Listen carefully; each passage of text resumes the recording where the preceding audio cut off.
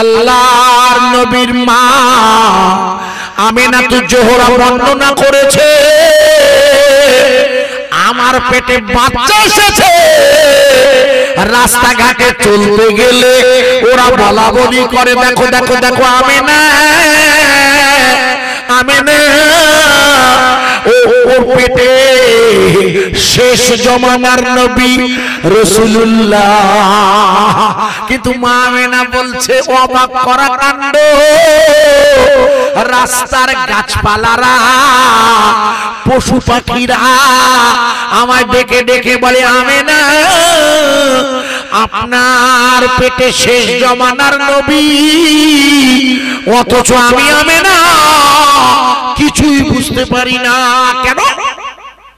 যেহেতু তোমার মিনিস্ট্রেশনটা চলছে কন্টিনিউ, প্রত্যেক মাসে মেয়েদের শরিয়াতের নিয়মে আল্লাহর হুকুমে, এটা লজ্জার কিছু নয়, এটাকে হায়েজ বলা হয় ইংরেজিতে।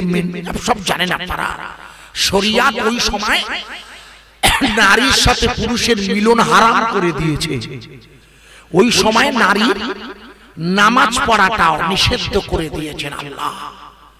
এই জন্য আপনারা অবাক হয়ে যাবেন শুনলে, এসে গেল বলে বলে দিয়ে যাচ্ছি, রাসূল পাকের আম্মা জানে মিনিস্ট্রেশন চলছে, অথচ পেটে বাচ্চা। আর জীবনে মিনিস্ট্রেশন হয়নি, মানে পিরিয়ড, মায়েরা যেন ভুল বুঝবেন না, শুধু বোঝানোর জন্য বলছি, জীবনে পিরিয়ড হয়নি, অথচ তার পেটে 3টে বাচ্চা হয়েছে। একটা নয়, দুটো নয়, 3টে। মেয়েটির নাম খাতুনে জান্নাত, মা ফাতেমাতুজ জোহরা। প্রথম ছেলেটির নাম হাসান ইমাম, দ্বিতীয়টির নাম হোসাইন ইমাম, 3 নম্বরটির নাম মাহাসিন। 18 বছর বয়স পর্যন্ত মা ফাতেমাতুজ জোহরা হায়াতে ছিলেন। এই হায়াতে জিন্দেগিতে আলী কাররামাল্লাহু ওয়াজহুর সাথে বিবাহের পর ওনার কখনো মিনিস্ট্রেশন হয়নি। আমি কি বোঝাতে পারি? মিনিস্ট্রেশন হয়নি, পেটে বাচ্চা।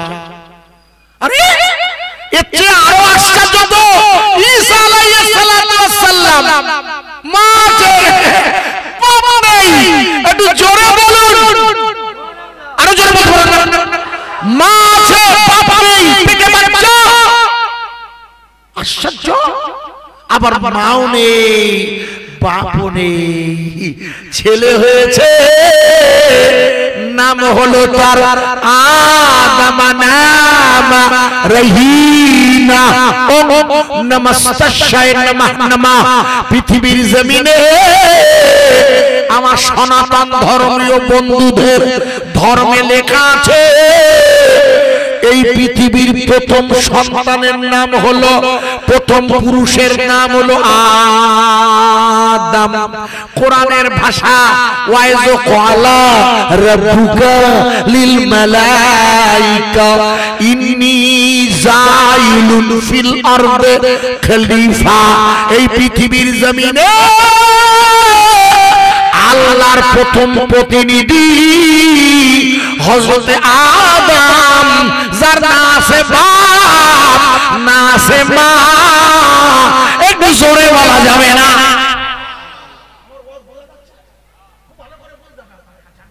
একটা বিষয় আলোচনা রাখছি, মন দিয়ে না বুঝলে মুশকিলে পড়ে যাব। তাহলে একজন মায়ের পিরিয়ড হচ্ছে, পেটে বাচ্চা। একজন মায়ের পিরিয়ডই হয়নি, 3টে বাচ্চা। আরে একজন তার মা আছে, মেয়েটির পিরিয়ড হয়েছে, 14 বছর বয়স, হাম্মামখানায় গোসল করতে গেছে। জিবরিল এসে বললে, আপনার বাচ্চা হবে। বলে কি করে হবে? কোন পুরুষ তো আমার স্পর্শ করেনি। বলে মারিয়াম, কোন পুরুষ লাগবে না, আল্লাহ পরে বলে দিলে কাজা লেখা, আমি আল্লাহ বলে দিয়েছি, তাই মরিয়মের বাচ্চা হবে। একটু জোরে বলা যাবে না? সুতরাং এখান থেকে বোঝা গেল এই পৃথিবীর প্রথম পুরুষের নাম কি? আরে জোরে বলো। এই জন্য মনে করে দেখুন, এই জন্য মনে করে দেখুন, আপনাদের মনে নেই, এই জন্য বিগত কয়েকদিন আগে মনে করে দেখুন RSS তথা বিশ্ব, আমার ওয়াজে ভুল বুঝবেন না, প্রতিবেশী হিন্দু ভাইরা যদি থাকেন মন দিয়ে শুনুন, রাজনৈতিক নেতারাও শুনুন, জাতি ধর্ম বর্ণ সব ভাই শুনুন। প্রশ্ন থাকলে আমাকে পরে একটু এসে করবেন, আগে আমাকে সুযোগ দিন বোঝাতে আপনাদের কাছে। আমার কথা কি বোঝা যাচ্ছে ভাইয়া? এখান থেকে কয়েকদিন আগে মনে করে দেখুন, নরেন্দ্র মোদীজির ডান হাত, গোটা ভারতবর্ষের সবচেয়ে প্রভাবশালী হিন্দু নেতা আরএসএস এর মোহন ভাগবতজি, মোহন ভাগবত, মনে করে দেখুন গত কদিন আগে গোটা পৃথিবীকে জানিয়ে দিলে যে আমরা আমরা আমরা মানে ভারতীয়রা আমরা হচ্ছি আগামী দিন হব বিশ্বগুরু। খুব ভালো করে বুঝবেন, বিশ্বগুরু হব আমরা।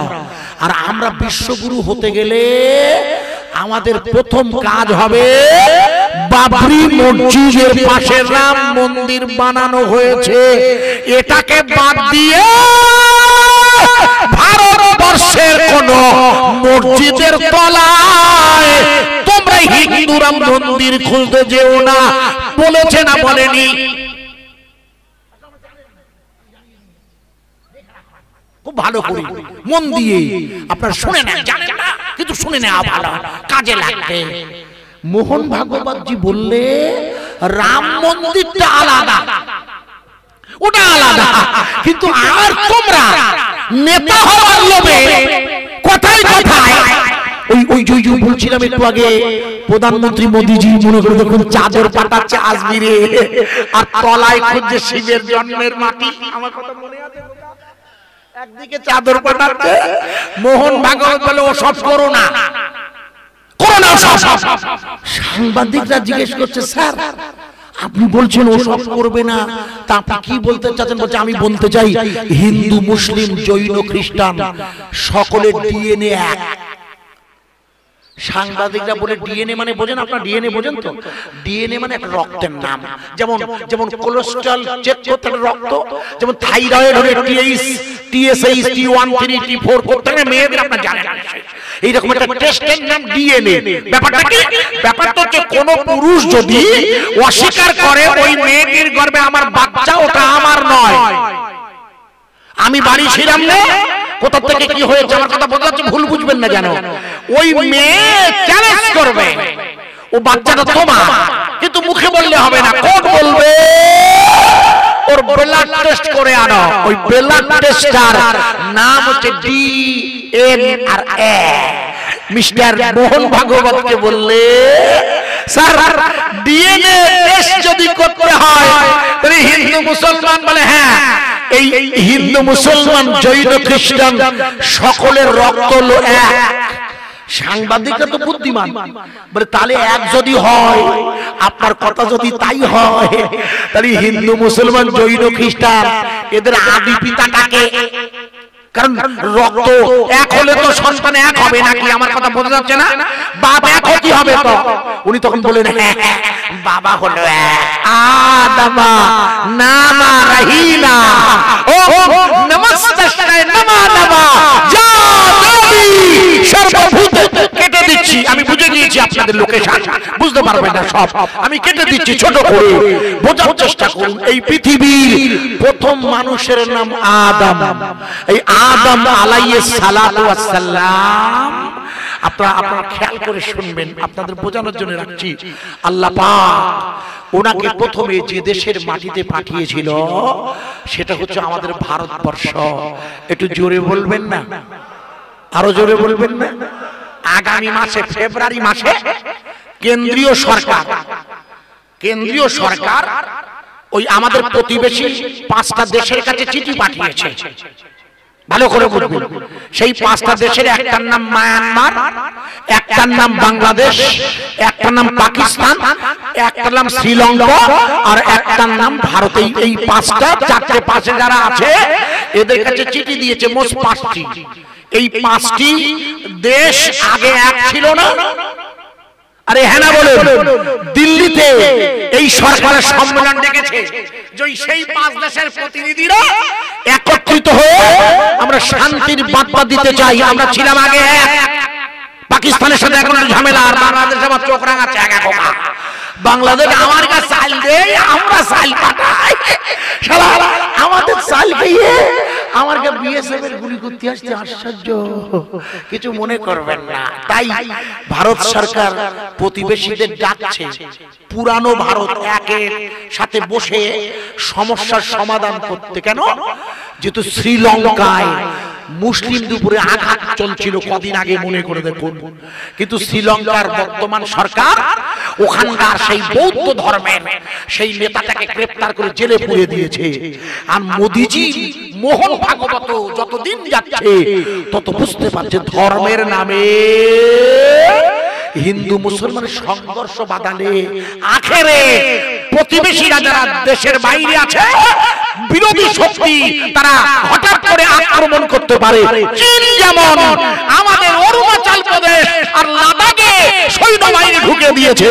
আমার কথা কি বোঝা যাচ্ছে? হ্যাঁ না বলুন। এই জন্য যতদিন যাচ্ছে মোদিজিরা বুঝতে পারছে ভারতের জমিনে, আমি আপনাকে উদাহরণ দিয়ে দিয়ে বোঝাবো। আমার কথা বোঝা যাচ্ছে কিনা হ্যাঁ না বলেন। বোঝা যাচ্ছে কি? একটা উদাহরণ দেই আগে। আমি যে আয়াতটা পড়েছি, যে আয়াত, ওই আয়াতটা আগে আপনাকে উদাহরণ দিচ্ছি। আয়াতটা আরেকবার পড়ি, বাংলা করে দিই। সুবহান, এক এক করে উদাহরণ দিয়ে বোঝাচ্ছি। সুবহানাল্লাযী আসরা বিআবদিহি লাইলাম মিনাল মসজিদিল হারাম ইলাল মসজিদিল আকসা। শুরু করছি সেই আল্লাহর নামে। সুবহানাল্লাযী, প্রশংসা সেই আল্লাহর, যে আল্লাহ তার বান্দাকে রাতের বেলা কাবার চত্বর থেকে বোরাকে করে মসজিদুল আকসা বর্তমানে বাইতুল মুকাদ্দাসে নিয়ে গিয়েছিল।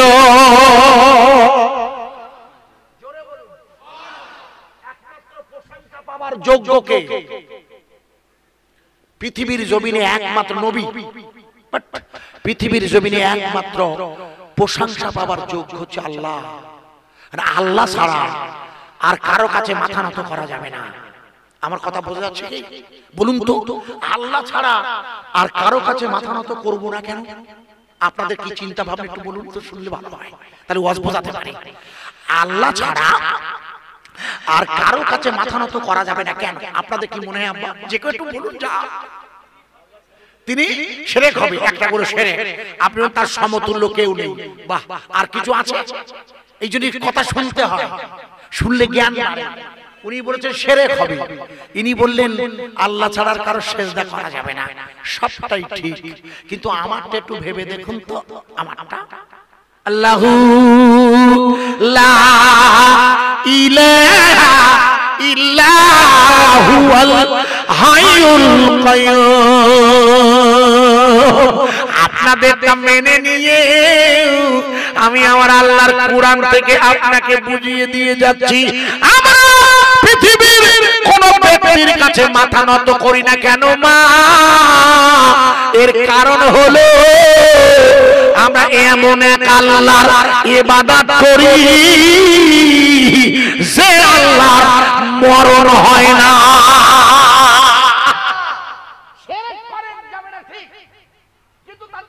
হয় না, আর সবার মরণ হয় না। আরে হ্যাঁ না বলুন, এই বুঝতে পারছেন আপনি? কুল্লু মান আলাইয়া ফান, এই পৃথিবীতে যা কিছু আছে সব ধ্বংস হবে, সব থাকবে কে? ওয়ায়াবকা ওয়াজহু রাব্বিকা যুল জালালি ওয়াল ইকরাম ফাবিআইয়ি আলাই রব্বিকুমা তুকাযিবান। জোরে বলুন সুবহানাল্লাহ। আল্লাহ বলছে তোমরা কি এটাকে মিথ্যা বলো? সূরা রহমান, তোমরা কি এটাকে মিথ্যা বলো যে সব ধ্বংস হবে, থাকবে শুধু তোমার আল্লাহ? একটু জোরে বলেন সুবহানাল্লাহ। এই জন্য আমার দাদা হুজুর লিখেছে, দাদা হুজুর হাসবি রাব্বি। তারপর দাদা না পড়তে হবে না, তবে মুখস্থ। হাসবি রাব্বি জাল্লাল্লাহ মাফি কলবি গায়রুল্লাহ, এটা মুখস্থ আছে না? আরে আমি তো শুধু হাসবি বললে ছেড়ে দিলেও বলে দিতে পারতেন, কেন? ছোটবেলা থেকে শুনে শুনে মুখস্থ।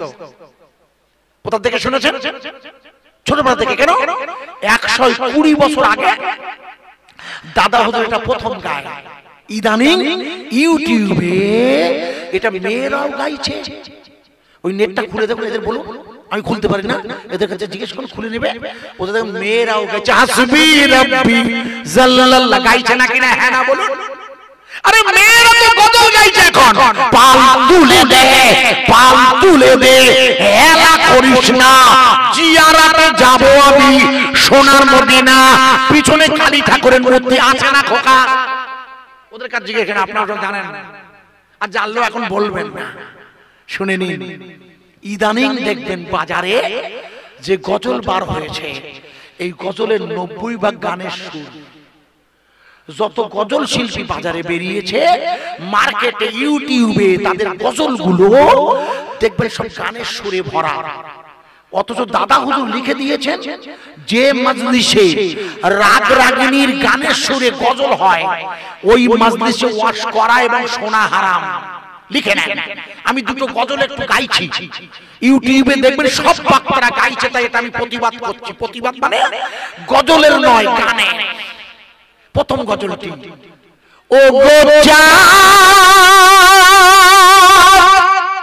তুমি বলো আমার নবীজি কোথায়, কোথায় গেলে পাবো তোমাকে, পাব নবীজির রওজায়। ও গোচা আছে না বাজারে, আছে না?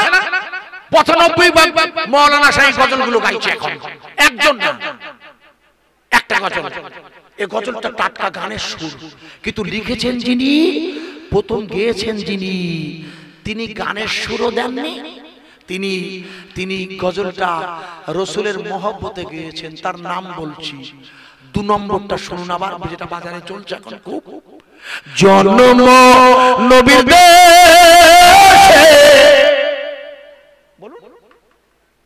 হলে কেমন হতো, আপনি বলছিলেন তো, জন্ম নবীর দেশে।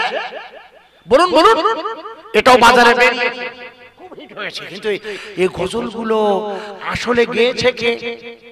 ওই হাসবি রাব্বি জাল্লাল্লাহ, এটা আসলে গেয়েছে তো দাদা হুজুর।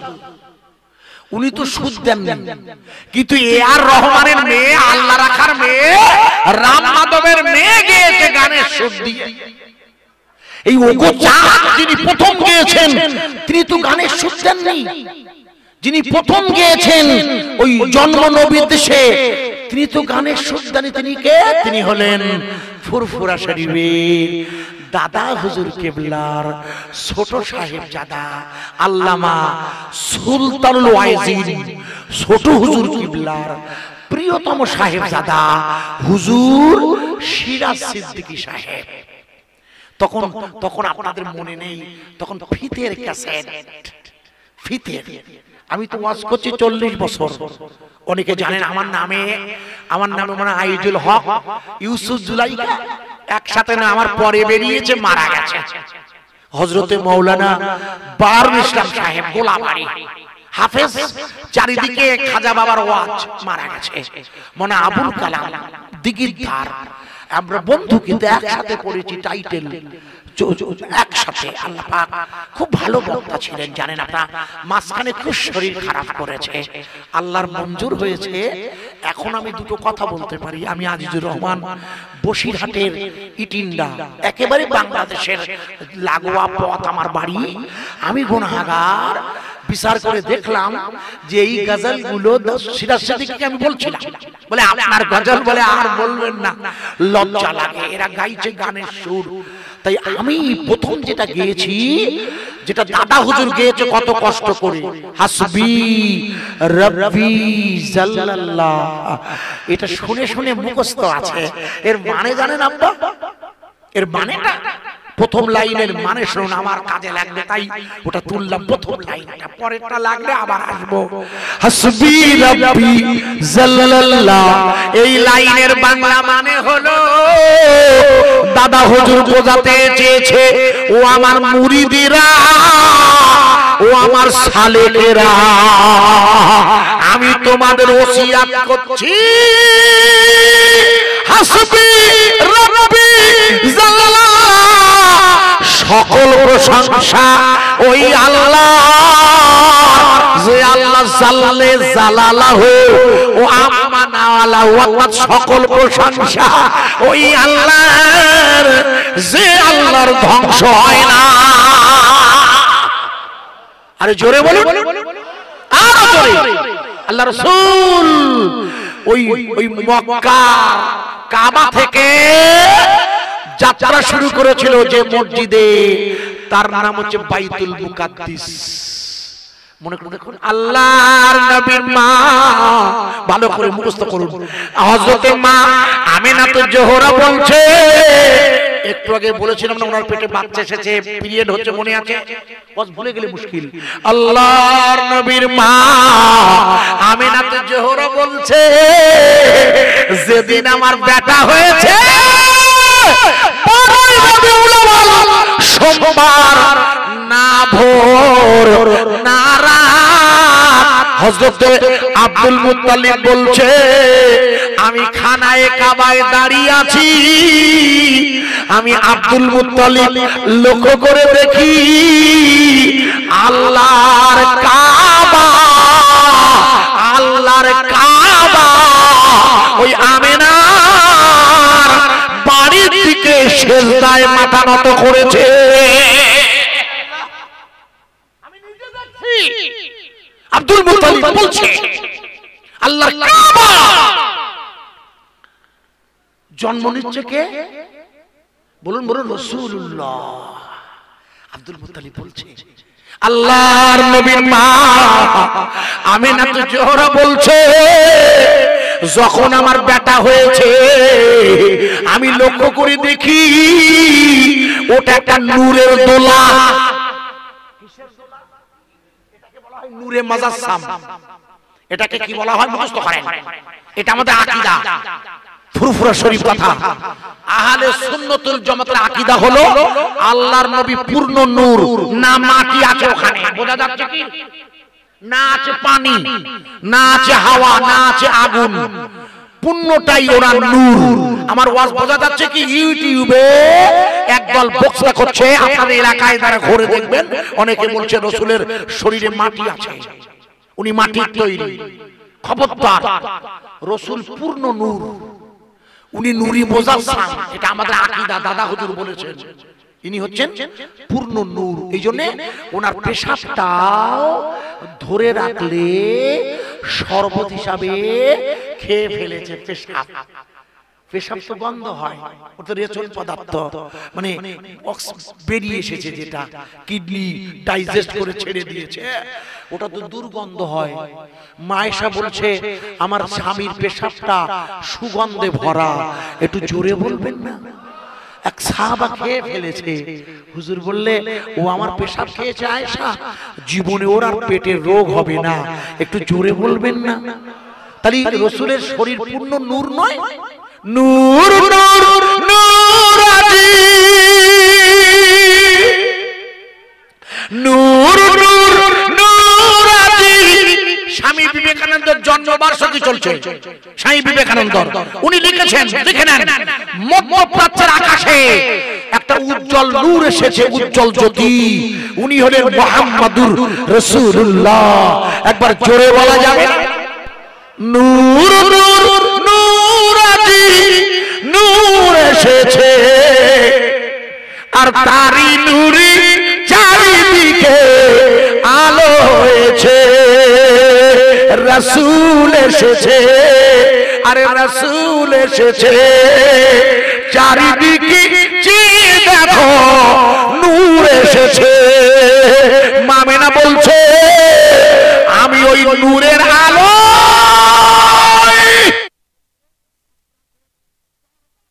পেয়েছিলাম। একটু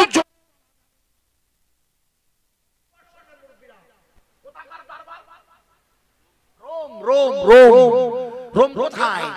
ইতালির রাজধানীর নাম হচ্ছে রোম, যেখানে খ্রিস্টানদের বর্তমানের খ্রিস্টানদের পোপ ফ্রান্সিস থাকে। আমাদের যেমন মৌলানা, খ্রিস্টানদের যাজক ধর্মগুরু বলা হয় পোপ। উনি থাকেন যেখানে, জায়গার নাম ইতালির রোম। মামেনা আল্লাহ রসুলের নূরের আলোয় জন্মের দিন ভোরবেলা উনি রোমের দরবার দেখছে, যে দরবারের খোদাদ্রোহী শক্তিগুলো মাটিতে উবুড় হয়ে পড়ে গেছে। একটু জোরে বলবেন না, আরো জোরে বলবেন না, ভালো করে ওয়াজ বুঝবেন। ওই রোমে কোন শক্তি থাকে? খ্রিস্টান শক্তি, যারা এখন আমাদের বিরুদ্ধে লড়াই করছে। আমি বোঝাচ্ছি পটভূমিটা। এই খ্রিস্টান শক্তি রোম, ভালো করে শুনুন। মক্কা থেকে রোমের দূরত্ব কত দূর? মক্কা থেকে রোমের দূরত্ব আনুমানিক 25,000 কিলোমিটার। আপনাদের বেদেমারি বাজার তথা চণ্ডীবাড়ি থেকে বা চণ্ডীপুর ঘটকপুকুর থেকে ওই মক্কার দূরত্ব কত দূর? 6,000 কিলোমিটার আনুমানিক। 6,000, তাহলে 4 6 424। মানে মক্কা থেকে ভারতের দূরত্ব 4 গুণ বেশি। সুদূর ইতালি রোম, সেই জায়গা রসুলের নূর দিয়ে মা আমেনা দেখছে। একটু জোরে বলবেন না সুবহানাল্লাহ। আল্লাহর নবীর মা আমেনা তো জোহরা বলছে, আমি ওই নূরের তাজাল্লিতে প্রথমে রোম সম্রাটের দরবার দেখলাম, আর দ্বিতীয়বারে আমি আমার বেটার নূরের আলোতে শাম আর সিরিয়া দেখলাম। শাম আর সিরিয়া বর্তমানে যার নাম ফিলিস্তিন।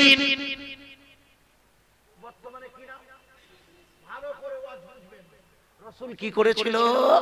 মক্কা থেকে বোরাকে চড়ে ওই ফিলিস্তিনে গিয়েছিল না জিবরাইলের সাথে? হ্যাঁ না বলুন? ওয়াজ বোঝা যাচ্ছে? ওই মসজিদে হুজুর নামাজ পড়েছিল, যে মসজিদটার বর্তমান নাম বাইতুল মুকাদ্দিস তথা আকসা। যে মসজিদটা ওরা ভেঙে ফেলবে, ওরা মানে কারা? ওরা মানে ইহুদিরা, ওরা মানে ইসরায়েলের নেতানজিহুয়ারা, যারা 2023-এর 7ই অক্টোবর থেকে 2025-এর জানুয়ারি পর্যন্ত একটানা আমেরিকার দেওয়া অস্ত্রে, ভারতের পাঠানো বোমে, ওই ইংল্যান্ডের দেওয়া ক্ষেপণাস্ত্রে গাজা নামক ভূখণ্ডটা ভেঙে টুকরা টুকরা করে দিতে চাইছে। আমার ওয়াজ কি বোঝা যাচ্ছে? বুঝেন এখন কিছু বোঝার চেষ্টা করছি।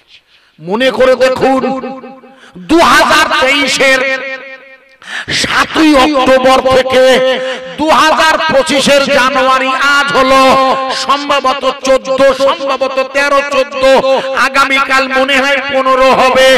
মনে করে দেখুন, আমেরিকার স্ট্যাটিস্টিকবিদরা দিয়ে দিয়েছে এই পর্যন্ত ইসরায়েল হামলা চালিয়ে ওই গাজা নামের ছোট ভূখণ্ডটা দখল করার নামে 45,700 শিশু আর নারী মেরে ফেলেছে। এটা অবৈধ অন্যায়। 45,700 আমেরিকা মিডিয়া জানিয়ে দিয়েছে এই 2023-এর 7ই অক্টোবর থেকে আর 2024 পেরিয়ে এই 25-এর জানুয়ারি পর্যন্ত ওরা নারী, শিশু আর বৃদ্ধ বৃদ্ধা মেরেছে 45,700। আর খ্রিস্টান আর ইহুদি মিলে এই 1.5 বছরে মুসলমান হয়েছে 50,000-এর বেশি। জোরে বলা যাবে না সুবহানাল্লাহ? নারায়ে তাকবীর দেওয়া যাবে?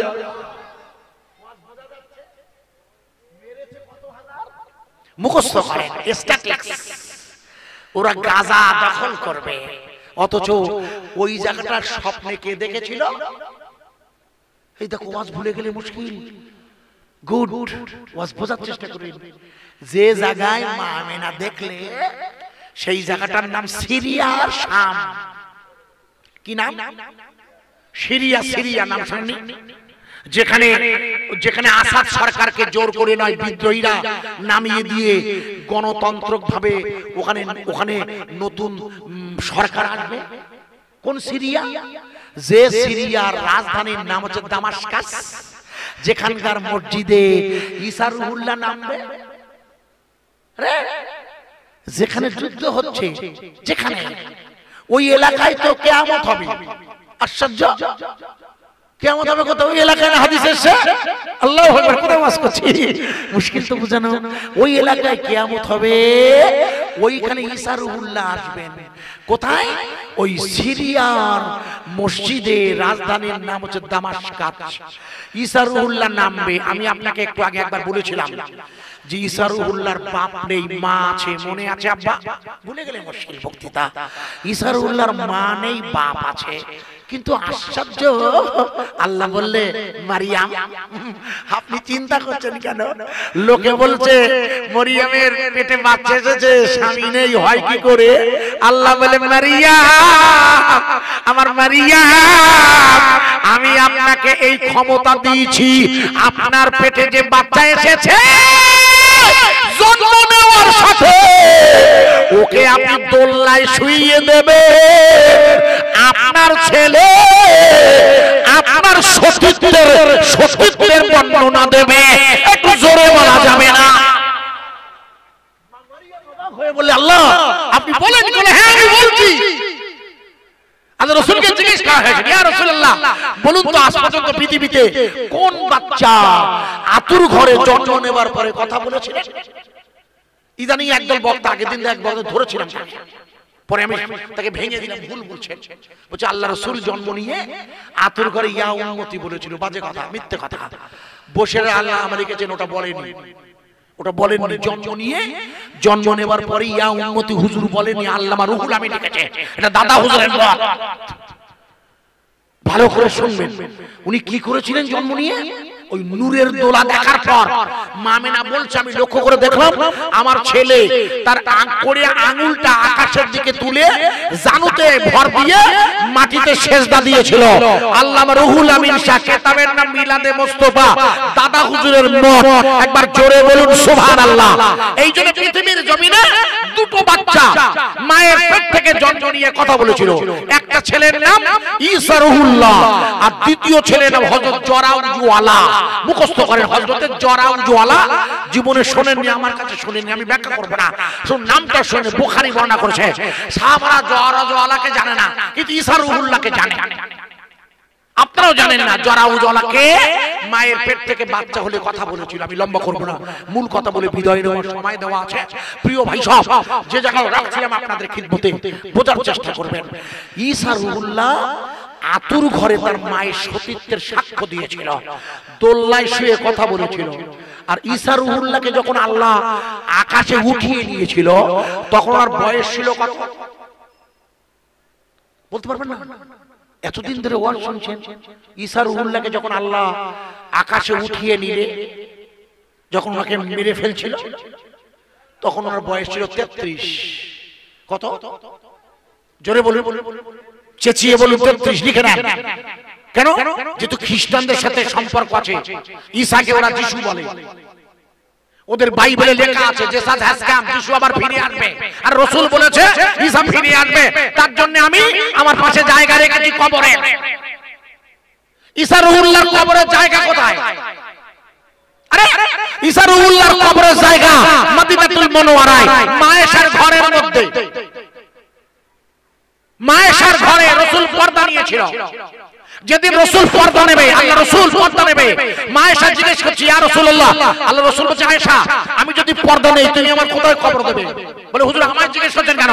বলে এই ঘরটার মালিক তুমি, আমি তোমাকে ঘর দিয়ে দিয়েছি, সুতরাং তুমি এই মালিক। তাই হুকুকুল ইবাদ আর হুকুকুল্লাহ, আমি যদি হুকুকুল ইবাদে ফাঁকি দেই তাহলে আমি তোমার কাছে ধরা খাবো। আর আল্লাহর কাছে হুকুকুল্লাহ ফাঁকি দিলে আল্লাহ মাফ করলেও মাফ করতে পারে, কিন্তু বান্দার ফাঁকি দিলে বান্দা মাফ না করলে আল্লাহ মাফ করে না। তাই মৃত্যুর আগে চেষ্টা করবে যেন ঋণ না থাকা বাজারে। বুঝাতে পারলাম? যেন ঋণ না থাকেন জীবনে কারো কাছে। ঋণ থাকলেই আপনার পুণ্য কেটে নিয়ে তার শোধ করবেন আল্লাহ।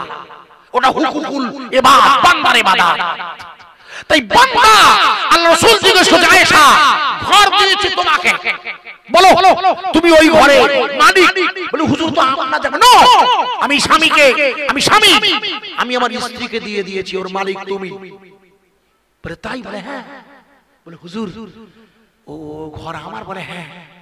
বলে এবার আপনি বলুন তো আয়েশা, আমি যদি মারা যাই আমার কবর দেবে কোথায়?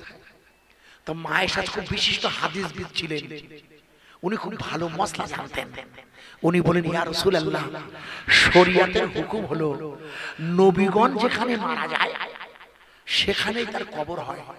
তাই আপনি যদি আমার ঘরে মারা যান, অর্থাৎ মারা যাওয়া বলা ভুল ভাষা, বোঝানোর জন্য পর্দা নেন, পর্দা নেন, মারা না। যদি পর্দা নেন তা আমার ঘরে আপনার কবর হবে। আল্লাহ রাসূল বলে, আয়েশা তুমি কিছু মনে করবে না। বলে জি হুজুর। বলে এই ঘরের যা জায়গা না, এখানে 4টে কবর হবে। তা তোমার কাছে একটা দাবি করছি, তুমি আমাকে আর একটা জায়গা দেবে? বলছি, ইয়া রাসূলুল্লাহ, আপনাকে তো আমি একটা জায়গা তো আপনি। তা মা আয়েশা মনে করলেন হুজুর হয়তো আমার অন্য কোনো বুবুর জন্য চাইতে পারে, অন্য কোনো বুবু। তো বললে আল্লাহ রাসূল, না না না, আমি না, এখানে আমার এক ভাই আছে জানো, আমার একটা ভাই আছে, তুমি জানো? বলে হুজুর আপনার ভাই? বলে হ্যাঁ, আমার ভাই আকাশে আছে, আমার সাথে মিরাজে দেখা হয়েছিল যাওয়ার পথে, তুমি ওর জন্য একটা জায়গা দেবে? মায়ের অবাক হয়ে বলছি, ইয়া রাসূলুল্লাহ সেটা কার? বলছি ঈসা রূহুল্লাহ। একটু জোরে বলবেন না সুবহানাল্লাহ? আল্লাহ রাসূল বললে, আয়েশা এই দুটো কবরের জায়গা হয়ে গেল, আমারটা আর আমার ভাই ঈসা। আচ্ছা বলো তো তৃতীয় কবরটা তুমি কার দেবে? বলে হুজুর 3 নম্বরটা তাহলে আমি আমার আব্বাকে দেব, আমার ঘর।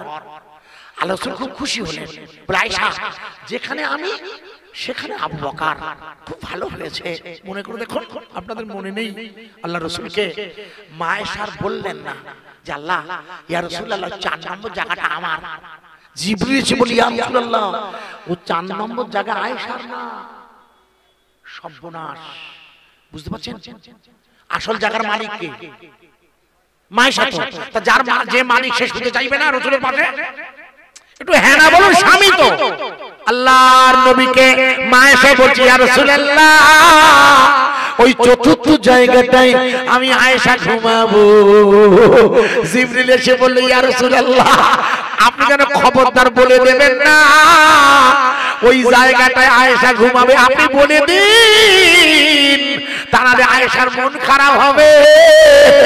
আপনি বলে দিন আয়েশা, আল্লাহ যদি চায় ওই জায়গায় তোমার খবর হবে। আসলে আল্লাহ চেয়েছে হযরত ওমর বিন খাত্তাব পৃথিবীর দ্বিতীয় খলিফা, যেদিন ওনাকে কাবায় ঢোকার মুখে পিছন দিক দিয়ে ছুরি মেরে দিলে, ওই মৃত্যু পথযাত্রী ওমর বললে, আমার ছেলে আব্দুল্লাহ তুমি একটু আয়েশার কাছে যাও, আমার সালাম দিয়ে আয়েশাকে বলো আমিরুল মুমিনিন নয়, না না না না, আমি মুমিনদের আমির নয়, আমি ওমর আল্লাহর নবীর পাশে একটু ঘুমানোর জায়গা চাইছি, ওই জায়গাটা কি আমার দেওয়া যায় না?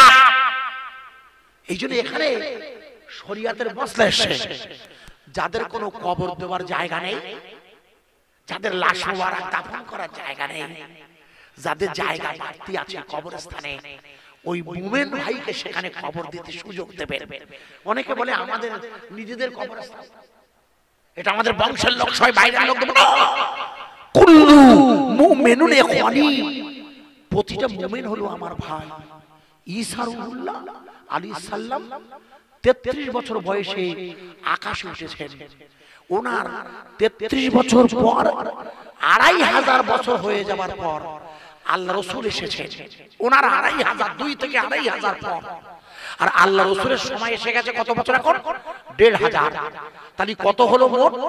4000। ভালো করে শুনবেন, তাহলে ঈসা রুহুল্লাহর বয়স হয়ে গেছে এখন 4033 বছর।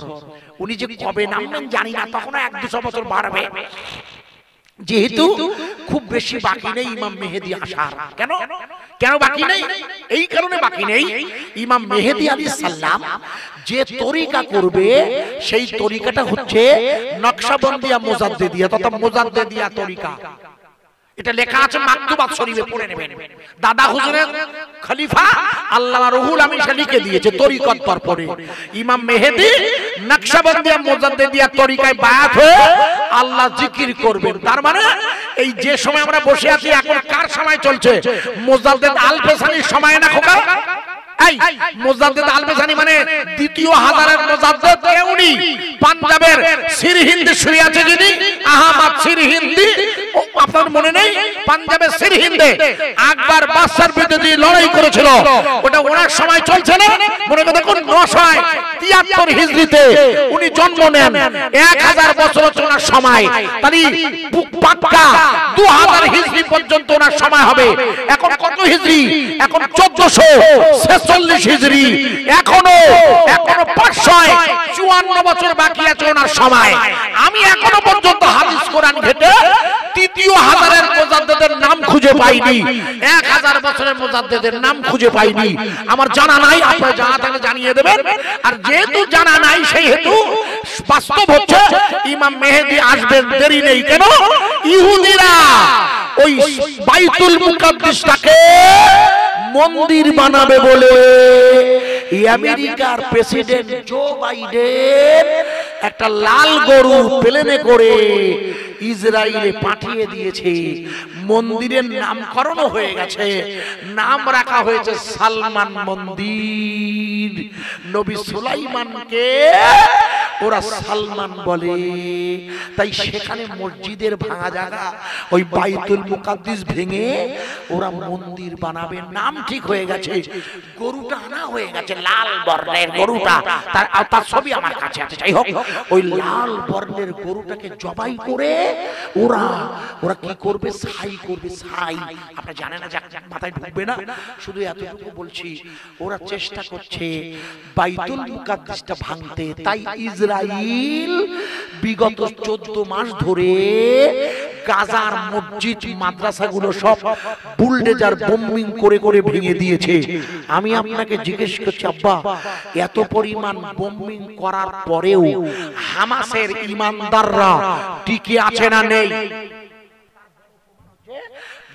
মিস্টার ডোনাল্ড ট্রাম্প যিনি ক্ষমতায় বসবে আগামী 20শে জানুয়ারি, উনি ইসরায়েলকে হুমকি দিয়েছে, আমি কোনো কথা শুনতে চাই না, তুমি হামাসের সাথে চুক্তি করে যুদ্ধ বন্ধ করো। আর 14 মাস হয়ে গেছে, তুমি তার ধারে কাছে পৌঁছাতে পারোনি। আমার ওয়াজ কি বোঝা যাচ্ছে ভাইয়া? আমার ওয়াজ কি বোঝা যাচ্ছে? আমি একটা উদাহরণ দিচ্ছি। এত পরিমাণ হামলা সত্ত্বেও, এত পরিমাণ হামলা সত্ত্বেও গাজার মসজিদে আযান চলছে না, বন্ধ হয়েছে। আরে চিল্লে বলুন, আরো জোরে বলতে পারেন? পৃথিবীর কোথাও আল্লাহর জমিনে আল্লাহর নাম বন্ধ হয়েছে? এরা বুলডোজার করে উত্তরপ্রদেশের সম্বলের মসজিদ ভাঙতে পারে। এরা ক্ষমতায় আছে বলে বাবরি মসজিদের জায়গায় ওরা জোর করে রাম মন্দির বানাতে পারে। কিন্তু যে জায়গায় রাম মন্দির আছে জায়গার নাম অযোধ্যা, সেই অযোধ্যার লোকসভার নাম হচ্ছে ফৈজাবাদ। এবারের ভোটে ফৈজাবাদের লোকসভায় ভারতীয় জনতা পার্টির দল হেরে গিয়েছে। মনে করে দেখুন, মোদিজি 2024-এর লোকসভা নির্বাচনের আগে হুমকি দিয়েছিল, আপকি বার 400 পার, এবারে 400 পার করব। আমাদের দিদিমণি বলেছিল আপকি বার পগার পার। আমি বলি আল্লাহ, আমাদের দিদিমণি কি করি বলতে পগার পার? 42টা আসন মোটে আমার, তাতে আবার পগার পার হবে কি করি? আল্লাহ ও আল্লাহ, শেষ বেশি আমার ওয়াজ বোঝা যাচ্ছে, ভুল বুঝবেন না ভাই, কিছু মনে করবেন। ওরা হাজার চেষ্টা করেছে, আল্লাহর নাম চলছে না, বন্ধ হয়েছে। একটু জোরে বলুন, আরো জোরে বলা যাবে না? একটু ভালো করে ছোট্ট করে একটা এই জায়গাটা তথ্য বলছি, আমার কথা বোঝার তথ্য বলছি, লিখে নেন। 2024-এর 9 নভেম্বর মুখস্থ করেন। 2024-এর 9 নভেম্বর মনে করে দেখুন, সুপ্রিম কোর্টে একটা মামলা এসেছিল। মামলাটা হলো উত্তরপ্রদেশের এলাহাবাদ হাইকোর্ট রায় দিয়েছিল। এলাহাবাদ যে জায়গাটার নাম বর্তমানে প্রয়াগরাজ, যেখানে ওই কুম্ভ মেলা হচ্ছে এবার 12 বছর পর। ওই প্রয়াগরাজ যেখানে নদী আছে গঙ্গা, যমুনা, সরস্বতী। আমি নিজে অসংখ্যবার ওয়াজে গেছি এলাহাবাদে, প্রয়াগরাজে গেছি আমি নিজে। যাই হোক, ওই এলাহাবাদের হাইকোর্ট রায় দিয়েছিল উত্তরপ্রদেশের 16,000 মাদ্রাসা এবং সেখানে 17 লাখ ছেলে মেয়ে পড়াশোনা করে, এটা হচ্ছে অবৈধ। হাইকোর্ট উত্তরপ্রদেশের মাদ্রাসাগুলোকে অবৈধ বলে রায় দিয়েছিল। তাই যোগী সরকার বুলডোজার করছিল, মনে আছে?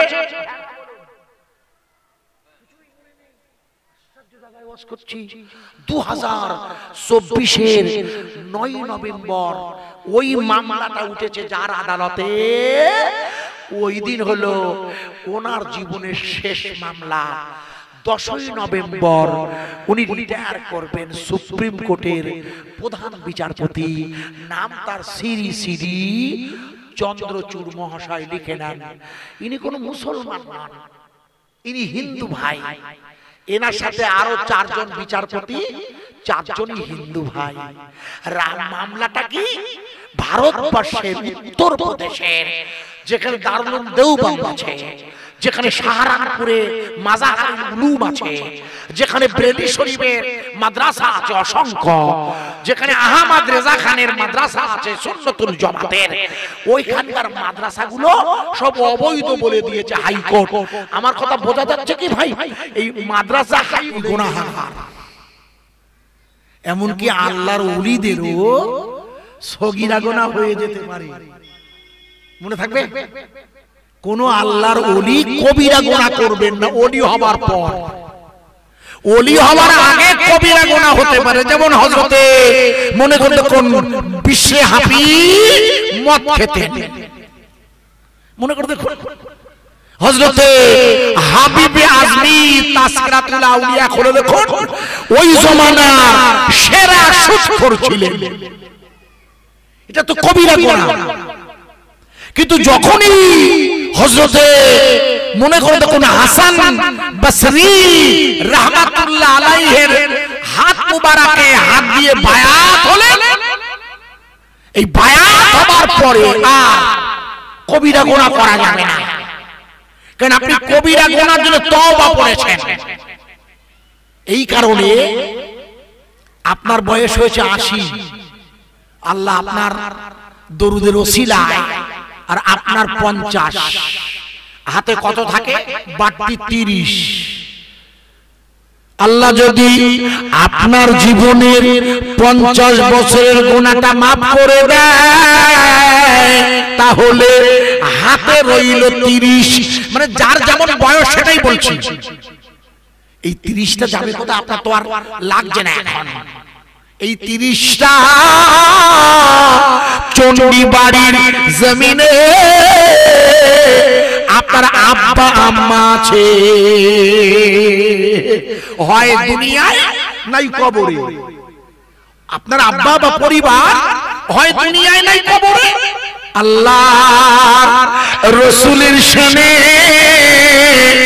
এই বাকি 30 বছরের সওয়াবটা আপনার আব্বা আম্মা আমল নামায় আল্লাহ যোগ করে দেয়। কেন বলুন তো? ছেলে পাপ করলে বাপের কবরে আযাব হয়।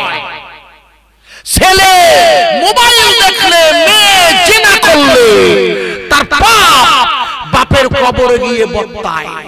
এই জন্য ছেলে যদি ভালো কাজ করে, মেয়ে যদি ভালো কাজ করে, তার সওয়াবটা আব্বা আম্মার পৌঁছায়। আমি কি বোঝাতে পারলাম? এই জন্য খুবই ভালোবাসা নিয়ে, খুব মহব্বতে, কোথায় আছে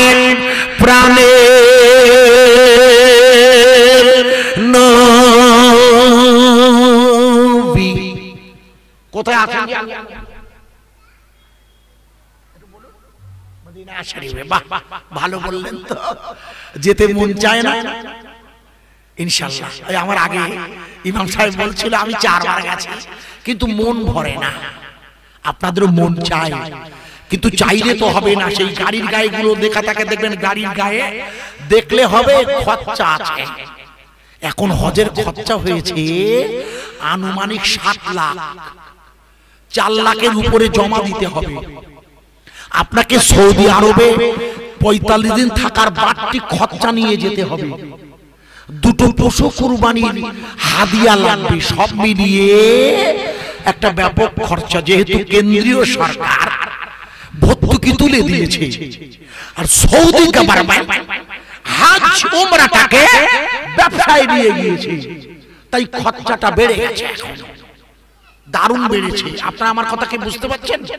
70,000 টাকায় যদি 17 দিনে উমরা হয়, 60 থেকে 70 এখন চলছে মার্কেট, তাহলে 60 থেকে 70,000 টাকায় যদি উমরা হয়, তাহলে 1,10,000-এর মধ্যে কেন হজ হবে না? আমার কথা কি বোঝা যাচ্ছে ভাইয়া? আশা করি বোঝা যায়। এই জন্য মদিনায় যাওয়া কষ্ট হয়ে গেছে, আল্লাহ রাসূলের রওজা দেখা। এই জন্য আমি আপনাকে প্রথমে বুঝিয়ে নিচ্ছি, আমরা হলাম আহলে সুন্নতুল জামাতের আকীদায় বিশ্বাস করি। আহলে সুন্নতুল জামাত, যদি ইদানিং ওই নামে অসংখ্য সংগঠন এসেছে বাজারে, সংগঠন আলাদা নাম নিতে পারে আহলে সুন্নাহ, কিন্তু সংগঠন আলাদা, তার কাজ আলাদা। আর আমাদের আহলে সুন্নতুল জামাত কাইমে জামান, মুজাদ্দিদ জামান, আমিরুশ শরিয়াত, দাদা হুজুর, আল্লাহর মাহবুবের এই কষ্ট করা মেহনতে আহলে সুন্নতুল জামাতের আকীদা হলো, আকীদা মুখস্থ করুন, আকীদা হলো বিশ্বাস, আকীদা হলো ঈমান, আকীদা হলো আল্লাহ যদি চাহে আল্লাহর নবী এই চণ্ডীবাড়ি ইসলাসরে আল্লাহর নবী হাজির হয়ে যায়। জোরে বলুন। এই জন্য চণ্ডীবাড়ি মায়েদের কাছে আবেদন রইল, আজিজুরের চণ্ডীবাড়ি মুরব্বীদের কাছে আবেদন রইল, যাদের কণ্ঠে আমার আওয়াজ যাচ্ছে, অন্তত কিছুটা সময় এই দিনই জান্নাতের বাগানে এসে বসুন, যেখানে অসংখ্য ফেরেশতা হাজির হয়ে গেছে ইনশাআল্লাহ, যেখানে রাসূল হাজির হয়ে যায়। এই জন্য আমি বলছি শুরুতে আবার, কোথায় আছেন প্রাণের নবী? কোথায় আছে না? এই তো আব্বা এত খেটে বুঝালাম, এখন যদি আল্লাহ চায়, আরে হ্যাঁ বলুন, এখানে এই ছেলেরা ইউটিউবার, এদের কাছে দেখবেন একটা ওয়াজ আছে, এরা দেখায়, নেটে দেয়, ছেড়ে ব্যবসা করে, তো দিতে হয় যখন যেটা বাজারে খায়। তো দেখবেন এই ছেলেদের একটা ওয়াজ আছে, ফুরফুরা শরীফের ওমর সিদ্দিকী সাহেবের সানাউল্লাহ সিদ্দিকীর, উনি একটি বয়ান করছিল, পীরজাদা বয়ান হচ্ছে যে দাদা হুজুর ওয়াজ করছেন, আল্লাহর নবী 4 জন সাহাবা নিয়ে হাজির হয়েছে। মনে করে দেখুন জনৈক ভদ্রলোক এই ওয়াজটার উপরে ক্রিটিসাইজ করে নানা রকমের মন্তব্য করলেন, যেমন একটা বাজে কথা তার মুখ দিয়ে বেরিয়েছে, আলেমের মুখে শোভা পায় না, সেটা উনি বললে আল্লাহর নবী আর জায়গা পেল না, ফুরফুরা এলে আছে না তোমাদের কাছে? আছে আছে, তোমাদের মনে নেই? আছে, দেখবে বাজারে। তো আমি আপনাদেরকে বলছি, উনি তো বললে ফুরফুরা, আর আমি বললাম কোথায়? আরে আমি তো চণ্ডীবাড়ি এনে দিয়েছি ইনশাআল্লাহ। ও তো দাদা হুজুর বলল ওনার আওলাদ বলে ফুরফুরা, আর আমি তো আপনাকে চণ্ডীবাড়ি এনে দিয়েছি। কোথায় আছেন প্রাণের নবী, আমাদেরকে ছাড়িয়া আপনি বিনা কি লাভ হবে,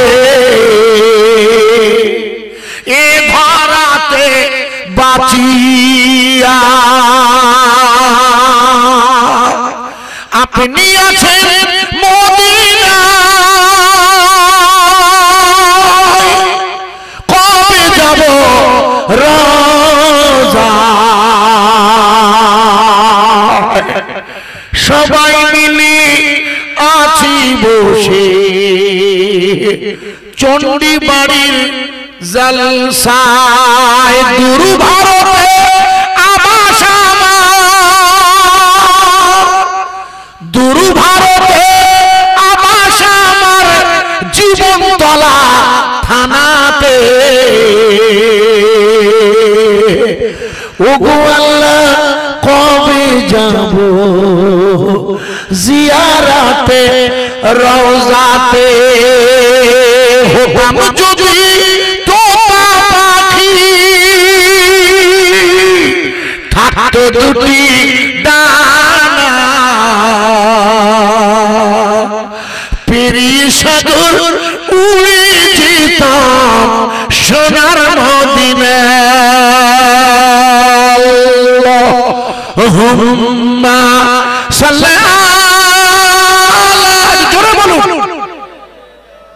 মাওলানা মুহাম্মদ সাল্লাল্লাহু আলাইহি ওয়া আলা আলি সাইয়্যিদিনা মাওলানা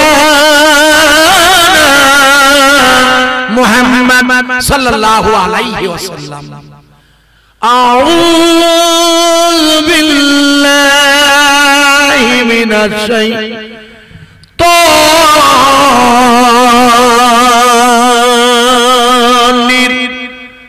রাজীম।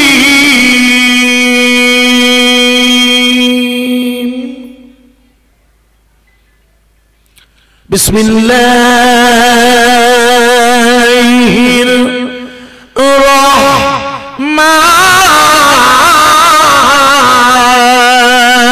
রহমানির রহিম। সুবহানাল্লাযী আসরা বিআবদিহি লাইলাম মিনাল মসজিদিল হারামি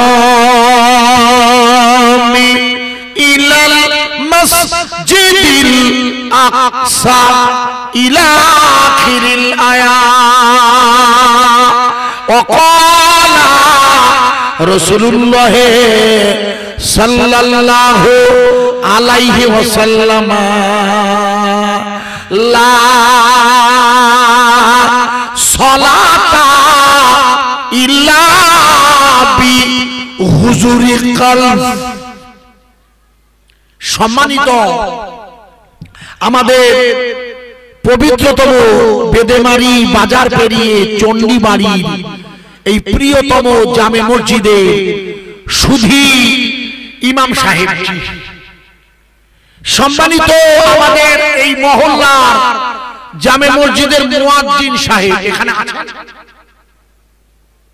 মানে নিচে নেই তো, দেখুন তো নিচে নেই তো, নেই তো, আমি খোঁজ করছি কেন, অনেক জায়গায় আমার অভিজ্ঞতা দেখেছি মুয়াজ্জিন সাহেব নিচে বসে আছে, অথচ শীত গ্রীষ্ম বর্ষা ইমাম আর মুয়াজ্জিন এই ভরসা আল্লাহ মঞ্জুর হয়, তাই আল্লাহ তাকে মুয়াজ্জিন দেন।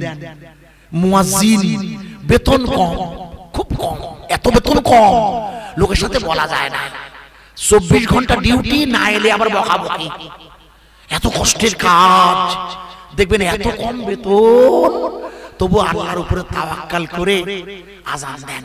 আল্লাহ পাক আপনাদের কাছে আমি কোরআনুল কারীমের একটা আয়াতে কারিমা এবং একটা হাদিসে নববী আপনাদের খিদমতে তেলাওয়াত করেছি। এই হাদিসে নববীটা আর কোরআনুল কারীমের আয়াতটা আপনাদের খিদমতে আল্লাহ যদি মঞ্জুর করেন দুটি নসিহত রাখার নিয়তে বয়ান শুরু করে দিয়েছি। মাসটির নাম রাজাব। বলেছি, আরে বলেছি না এই মাসে আল্লাহ রাসূল কি করেছিলেন, ওনার মায়ের রেহেমে এসেছিলেন। আল্লাহর নবী পয়লা রজব তার মায়ের রেহেমে প্রবেশ করে।